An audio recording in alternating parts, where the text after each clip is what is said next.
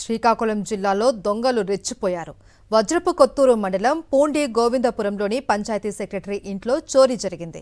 ఇంటి తాళాలు పగలకొట్టి లోపలికి ప్రవేశించిన దొంగలు బీరువాలో ఉన్న 5.5 తులాల బంగారం, 75 తులాల వెండి, 90,000 నగదు ఎత్తుకెళ్లారు.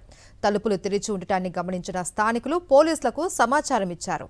పంచాయతీ కార్యదర్శి దొర కుటుంబం సంక్రాంతికి స్వగ్రామం నందిగాం మండలం బోరభద్రకు వెళ్లింది.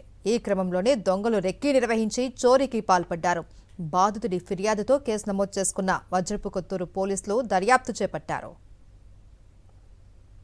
శ్రీకాకుళం జిల్లాలో దొంగలు రెచ్చిపోయారు. వజ్రపు కొత్తూరు మండలం పూండి గోవిందపురంలోని పంచాయతీ సెక్రటరీ ఇంట్లో చోరీ జరిగింది.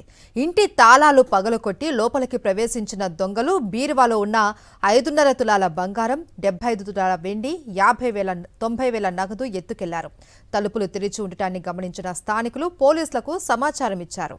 పంచాయతీ కార్యదర్శి దొర కుటుంబం సంక్రాంతికి స్వగ్రామం నందిగాం మండలం బోరభద్రకు వెళ్లింది. ఈ క్రమంలోనే దొంగలు రెక్కీ నిర్వహించి చోరీకి పాల్పడ్డారు. బాధితుడి ఫిర్యాదుతో కేసు నమోదు చేసుకున్న వజ్రపు కొత్తూరు పోలీసులు దర్యాప్తు చేపట్టారు.